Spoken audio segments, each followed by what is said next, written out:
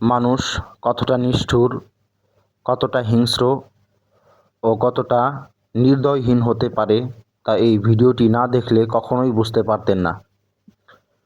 আমার স্ক্রিনের উপরে যেই 5 জন ব্যক্তিকে দেখছেন, এই 5 জন ব্যক্তি মিলে এক বৃদ্ধা মহিলার 40,000 টাকা লুট করে।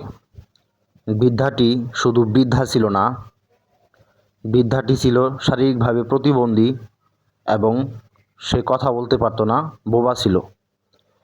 সেই বৃদ্ধাটি গত 25টা বছর খাটনি করে নরসিংদী স্টেশনে ঝাড়ু দেওয়ার কাজ করে 40,000 টাকা উপার্জন করছিলেন এবং এই 40,000 টাকার কথা এই 5 জন ব্যক্তি জেনে যায় এবং তাকে আটক করে। টাকাগুলো তার কাছ থেকে ছিনিয়ে নিতে চায়।